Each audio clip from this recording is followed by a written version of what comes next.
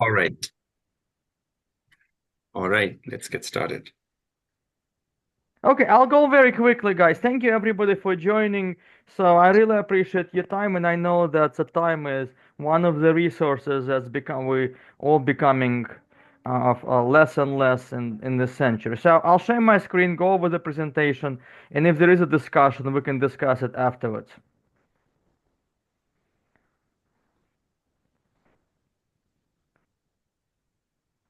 And let me ask you, can you all see my screen? Yes. Yes. Okay, can you hear me?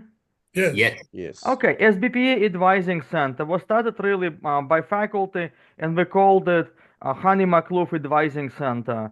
That's on front. You see the email for the advising center, the phone number, and the website, and that's how the office looked like when we started it. Agenda. So we started in June of 2018, and there was a need for the advising center. Today is 10 minutes presentation and 20 minutes for question and 15 minutes if we need to discuss anything else. The reason that the advising center was started is because we had lots and lots and lots of students. I think at the time we had, I think the Department of Management had over 600 or 500 students. And the fundamental business problem was that in order to register for classes, uh, somebody needed to remove the hold. And usually it would be the chair. Thank you, Dr. Wa and Dr. Ten. So they would be lining up in long, lengthy lines. You never see that right now. And so there'll be about 50 or 60 people standing in a line for hours in a row, and they'll go into the chair's office or the faculty office and do whatever is called advising. So that was not really sustainable. And the problem was how to solve that particular business problem, and we solved it in an interesting and no, peculiar way. So we named it after Dr. Hani Makluf, who was our main advisor at the time.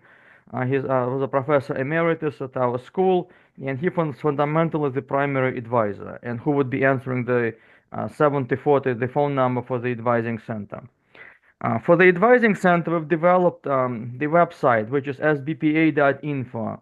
And thanks, we've sort of put all of the advising sheets, hours, schedule of classes, SBPA policies, university policies, and anything that pertains to. Uh, if a student asks a question, we try to put it online so that everybody could refer it. And we're now proudly AACSB accredited. So the advising center process, the idea was when we had a lot of students, so the student should contact the advising center first for all advising needs with anything. So not the faculty, not the chair, just go to the advising center. Step two, the center will then process the request, either with myself or with people who are employed there, and we'll remove the advising hold, we'll do the updates, the advising sheets, and for relevant advising center, we'll either notify the appropriate faculty advisors, chairs, deans, or whoever it needs to go in. So if it's a transfer, we'll send it to the usually the department chair. If it's just a faculty review, we'll send it to the faculty. Uh, so tell your students to go to the advising center today because we're going to close it after Thanksgiving for I think another couple of months, and then it'll be you and your student. A typical request that we used to get, and now we usually don't get them because again, we solved the problem of advising in a way that none of us really likes. But usually you would get 20 emails like that. Hello, Dr. Sergey, I would like to have a meeting with you. Which classes do I take? And then we begin, my name is so and so, thanks for your time. And then we begin from the beginning. What is your major? Well, I don't know. Which classes did you take? I don't know. Which school are you in? I don't know. And sort of we go in through that, and it's a nightmare. And I mean I know some people like that you sit there in the office for 9 to 5 and students make an appointment, and I've done it all. A student would make an appointment on Friday at 8 a.m. I run there, the student never shows up, and they say, well, I'll come in the following Friday at 8 a.m. It doesn't work, and just a ridiculous way of doing advising. So what we've done is said, fine, when you go to the advising center is always open. So what we will do is we'll verify against the transcript. On a student transcript is an official document, and so we'll verify which school the student belongs to, which classes they've officially taken, and we'll verify it against the official course guide to make sure that all of the classes were transparent and all of the mistakes. We'll meet with the students either in person on campus, or people who are working will meet with them either through Zoom or through WebEx. And then if a student has another question, we'll help formulate the question for the department chair. For example, a student usually wouldn't know how, let's say they will have a problem and say, well, I need to go to the chief academic officer. Well, what's your problem? Well, I can't formulate it. So we'll sit down and formulate it. And the recent problem was that a student took a class in France. It was a particular course, and we formulated, since you've taken this class, you've achieved this grade, then we can formulate it to the department chair exactly what needs to be done. So I think that service is helpful, at least it was to me. And then we'll send the student the course guide, CC you, the advisor, which I think we now have professional advisors, so hopefully that will change. We do need professional advisors, and we'll send it to the chair. Here's how the course guide looks like.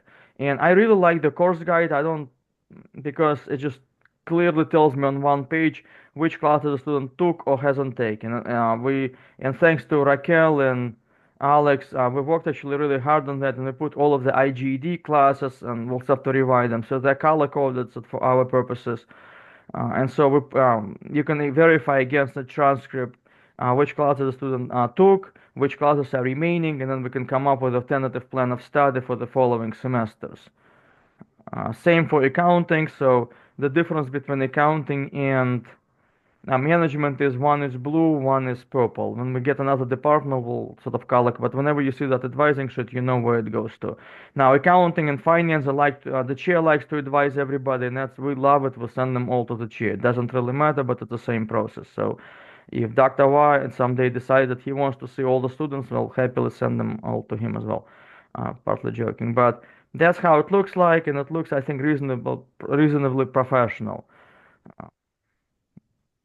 Okay, now we have a web portal, so it looks like this, and we posted all of the advising sheets over there. So this is all of the programs, and we'll be updating them for 2024, because now Dr. Auroras have decided that all of the courses have to be AI infused. So there'll be AI taught as well. So there'll be AI Professor 1, AI Professor 2, and so on. But it will change. I'll show it to you in a second. And so